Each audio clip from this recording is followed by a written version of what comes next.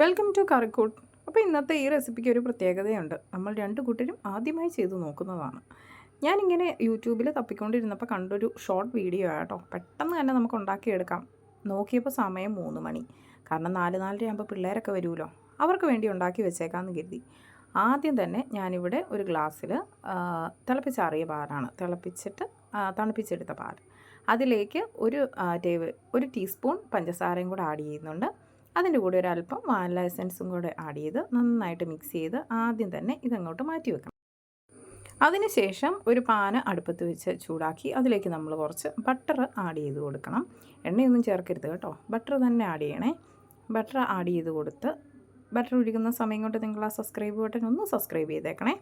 ഇവിടെ ബട്ടറൊക്കെ ഉരുക്കി സെറ്റായിട്ടുണ്ട്. അതിലേക്ക് ഞാൻ ഇതുപോലെ 2 ബ്രെഡ് ഓരോന്നോരോന്നായിട്ട് വെച്ച് കൊടുക്കരുത്, രണ്ടെണ്ണം വെച്ച് ഞാനിവിടെ മൊത്തം 4 വെക്കുന്നുണ്ട്. അതിൻ്റെ ഒരു സൈഡ് ഒന്ന് ജസ്റ്റ് മൊരിഞ്ഞ് വരാം. ഏകദേശം ഒരു മിനിറ്റൊക്കെ എടുത്ത് കഴിയുമ്പോഴത്തേക്കും അത് മൊരിഞ്ഞ് വരും. പിന്നെ ഫ്ലെയിം മീഡിയത്തിലും താഴെ തന്നെ സെറ്റ് ചെയ്യണേ, ഇല്ല പെട്ടെന്ന് തന്നെ കരിഞ്ഞു പോകും.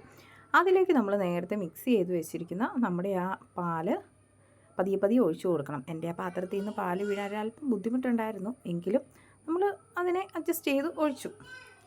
അപ്പോൾ അത് പാലൊക്കെ ആവശ്യത്തിന് ഒഴിച്ചിട്ടുണ്ട്. ബ്രെഡിലേക്കും ഒക്കെ അതായി ഇപ്പോൾ കണ്ടോ പാലങ്ങ് ഇറങ്ങി. ഇപ്പോൾ ആ ബട്ടറിലേക്കൊക്കെ പാൽ വീഴുമ്പോൾ വരുന്ന മണം സൂപ്പറാട്ടോ.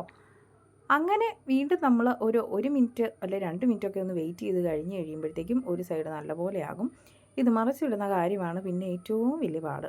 ഇത് പൊട്ടിപ്പോകാതെ വളരെ കെയർഫുള്ളായിട്ട് വേണം കേട്ടോ മറിച്ചിടാൻ വേണ്ടിയിട്ട്. അപ്പോൾ പരീക്ഷണം ആയതുകൊണ്ട് ഞാൻ ഇതിന് മുന്നേ ചെയ്ത് നോക്കിയിട്ടില്ല, ഫസ്റ്റ് ടൈം ചെയ്യുന്നതാണ്.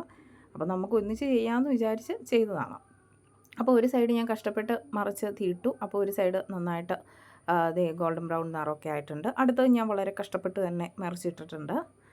അത് കഴിഞ്ഞ് കുറച്ച് നേരം കൂടെ നമ്മൾ വെയിറ്റ് ചെയ്ത്, കുറച്ച് നേരം എന്ന് പറഞ്ഞാൽ വളരെ കുറച്ച് നേരം മതി കേട്ടോ, ഇത് അധികം സമയമൊന്നും എടുക്കുകയില്ല. എനിക്ക് തോന്നുന്നത് ടോട്ടൽ എല്ലാം കൂടെ കൂടി ഒരു 7 മിനിറ്റ് 8 മിനിറ്റിനുള്ളിൽ പരിപാടി തീരും.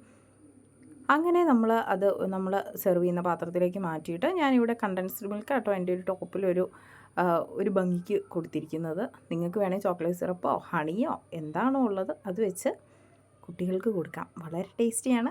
അപ്പോൾ ഒന്ന് ട്രൈ ചെയ്ത് നോക്കണം കേട്ടോ. ഓക്കേ.